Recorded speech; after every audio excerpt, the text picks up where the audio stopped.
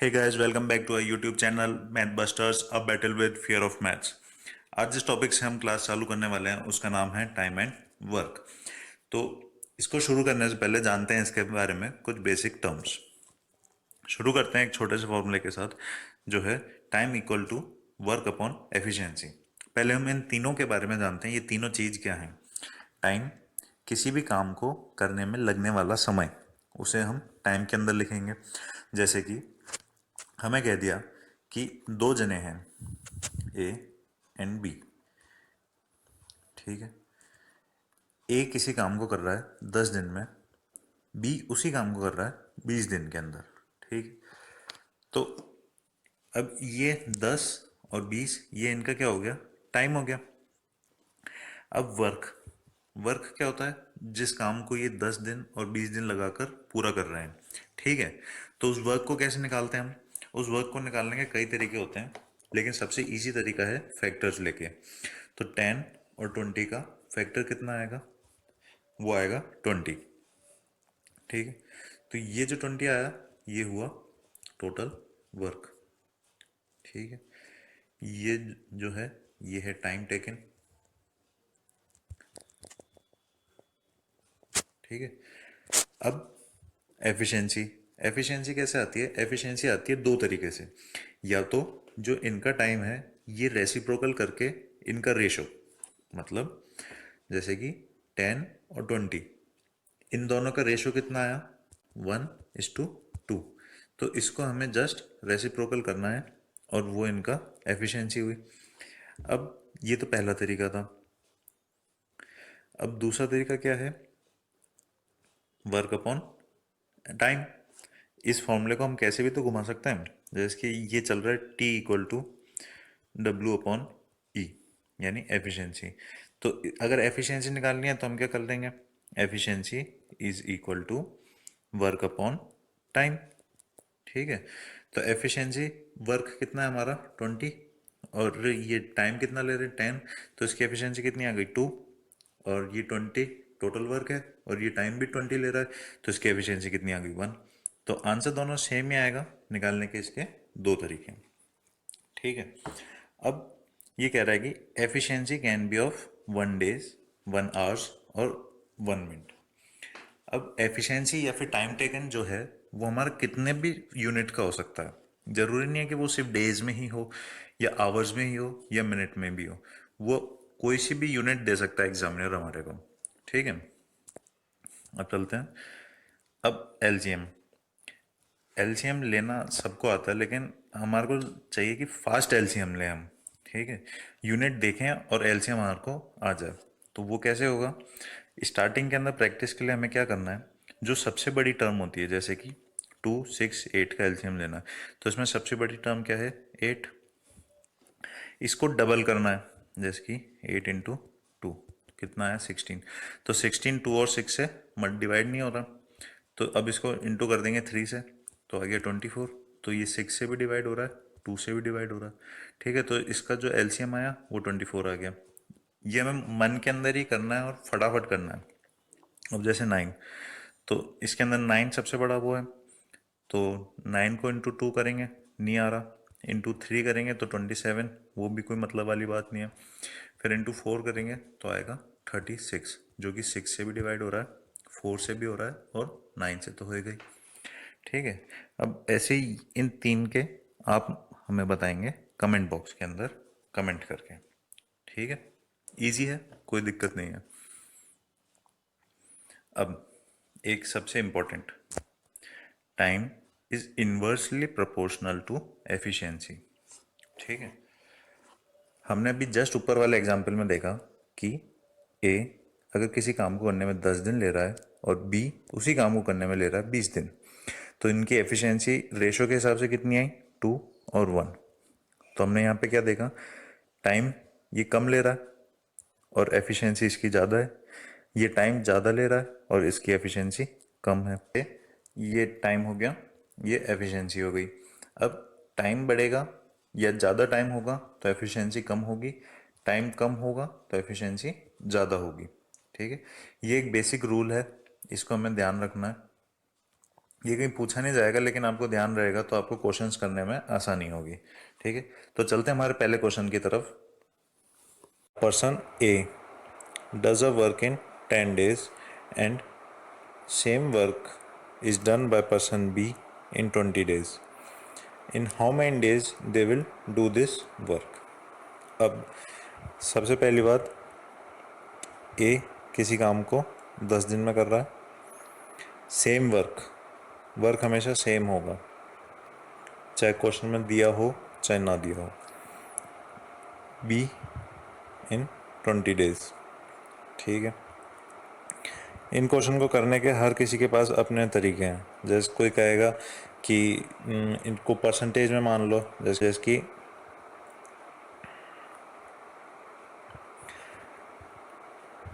10 दिन के अंदर वो एक काम ख़त्म करता है, तो एक दिन के अंदर वो कितना काम करेगा?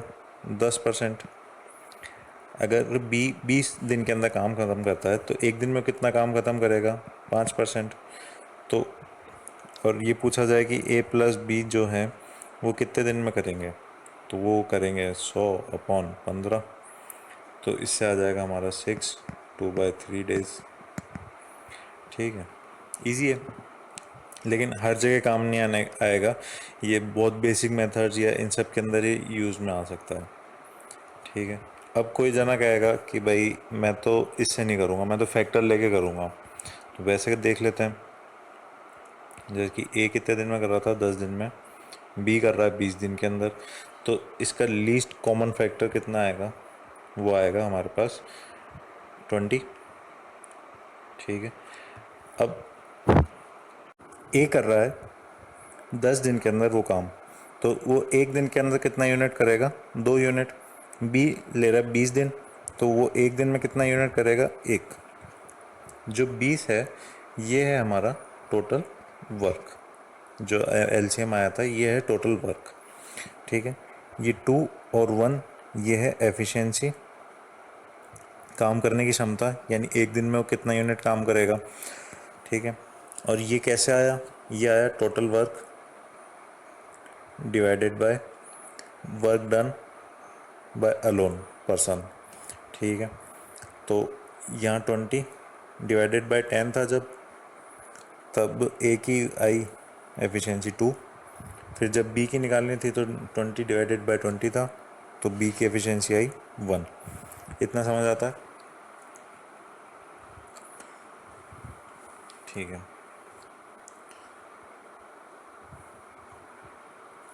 तो हमने क्या देखा?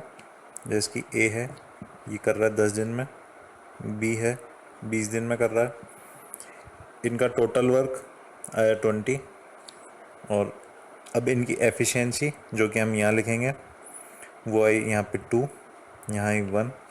अब हमारे को बताना है ए प्लस बी दोनों कितने दिन के अंदर ये काम ख़त्म करेंगे। तो इनकी टोटल एफिशिएंसी कितनी आई? 3। और अब टोटल नंबर ऑफ डेज निकालना है हमारे को कि साथ में मिलके कितने दिन में काम ख़त्म करेंगे। तो वो 20 डिवाइडेड बाय 3, ये आ गया हमारा 6, 2/3 days। ठीक है, आंसर वो, ये तरीका अलग है, लेकिन ये जो मेथड है काम करने का,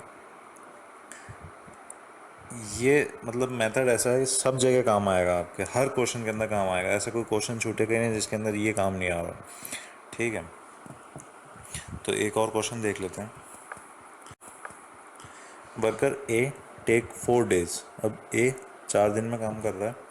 if B do the same job, इसमें भी आगे same job, in 12 days, then in how many days the work will be finished by A and B together.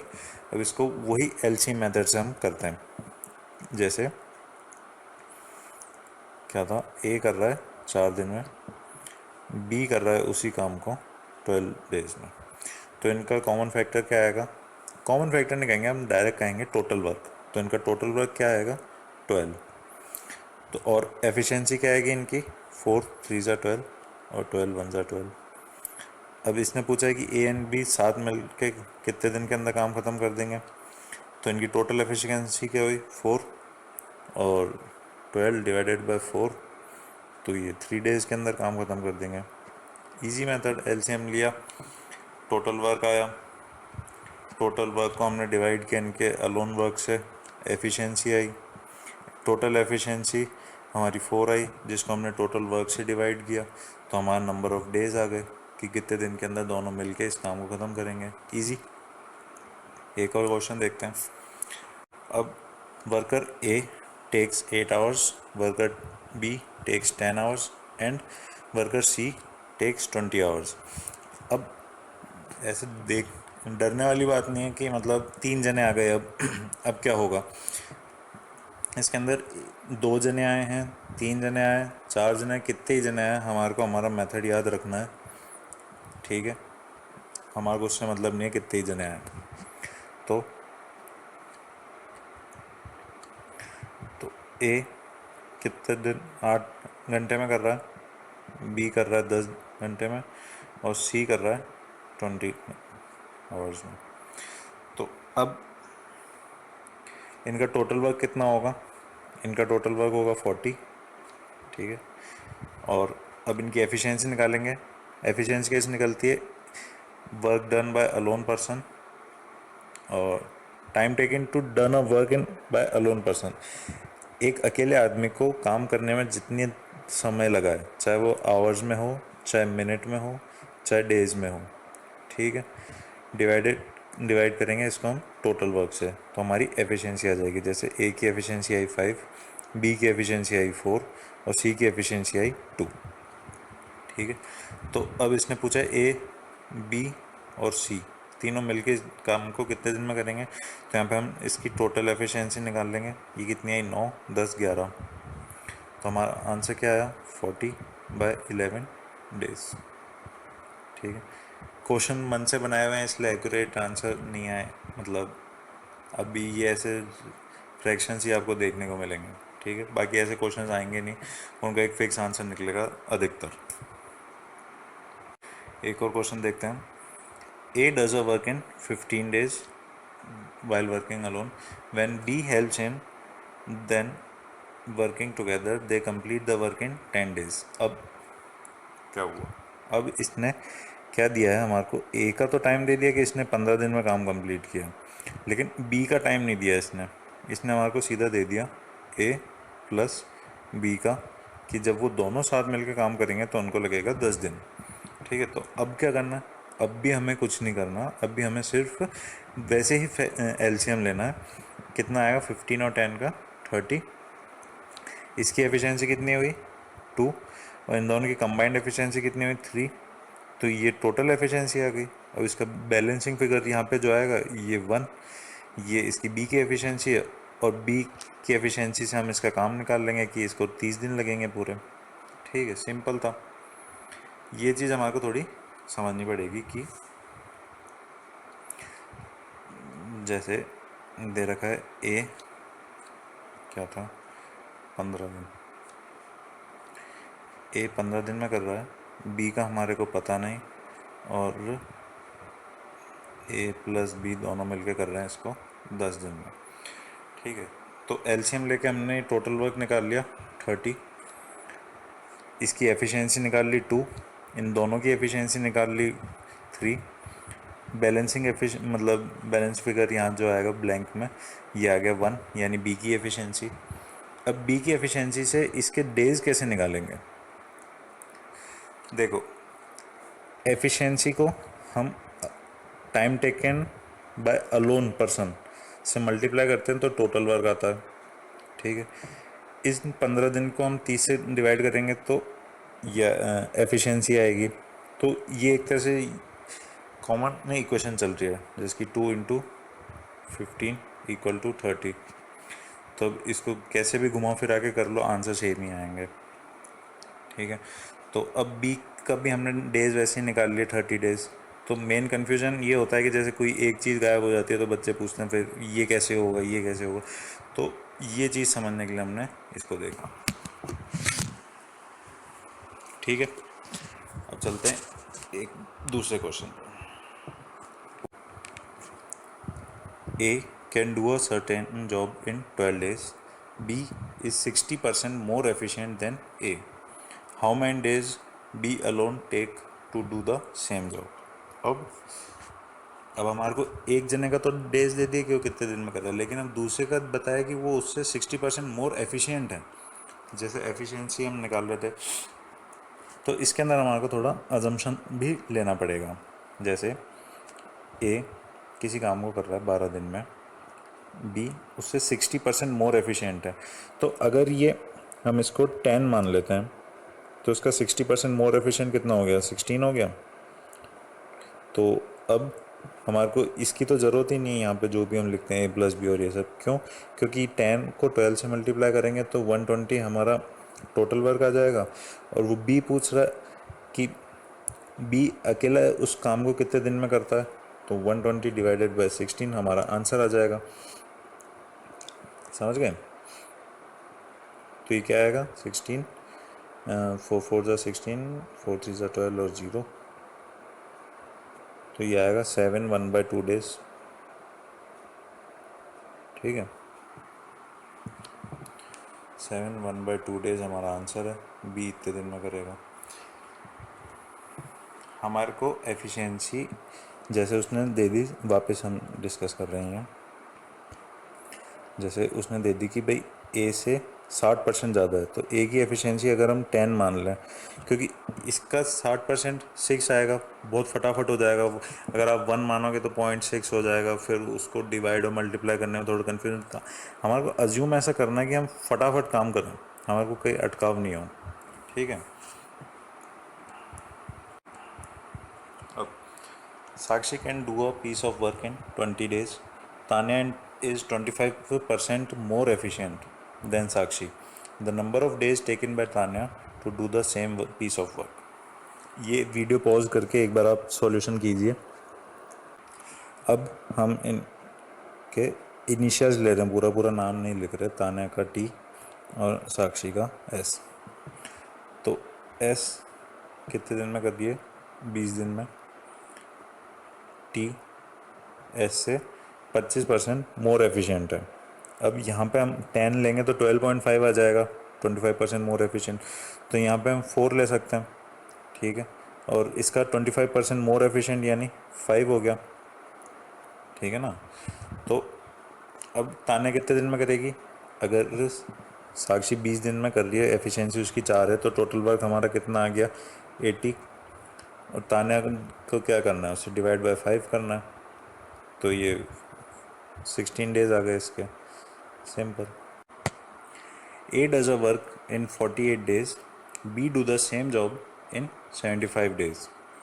If A work for 16 days, B work for 25 days, rest work is done by C in 11 days, then in how many days she will alone finish the work? हमने देखा LCM लेना है और solve करना है, easy काम था, है ना, इजी था ना। तो अब इसको भी ऐसे ही करना है, एलसीएम लेके कर दोगे? नहीं कर पाओगे आप लोग, क्योंकि 48 और 75 का एलसीएम लोगे, फिर उसको मल्टीप्लाई करोगे और फिर आंसर निकालोगे जब तक दूसरे बच्चे एग्ज़ाम पूरा ख़त्म कर चुके होंगे। ठीक है, हमें वो नहीं करना, इसके अंदर ही आंसर है। जैसे कि ए कह रहा है 48 डेज़ के अंदर अकेला काम, बी कर रहा है 75 डेज़ के अंदर। अब ए ने 16 दिन काम करके चला गया, बी 25 दिन काम करके चला गया, और सी ने बचा हुआ काम 11 दिन में किया। तो हमें बताना है कि सी टोटल काम अगर अकेला करेगा तो उसको कितना टाइम लगेगा। तो बस एक देखो इसको, जो 16 है, ये 48 है, ये 1/3 नहीं है इसका, ये 25 है, ये 75 है, ये भी इसका 1/3 है। तो 3 काम का अगर 1/3 है तो तीसरे सी भी 1/3 में करेगा। जब सी एक काम 1/3 काम 11 डेज़ में कर रहा है, तो पूरा काम वो 33 डेज़ में कर देगा। सिंपल आंसर आ गया। इसका हम एलसीएम लेते, पता नहीं क्या क्या करते, परसेंटेज लेते। ऐसे बहुत सारे मेथड आपको इस वीडियो में देखने को मिलेंगे। ये था हमारा टाइम एंड वर्क का पार्ट 1। आपको अच्छा लगा हो तो लाइक करें, शेयर करें, सब्सक्राइब करें और बने रहिए हमारे साथ मैथ बस्टर्स के अंदर। Thank you. जय हिंद, जय भारत।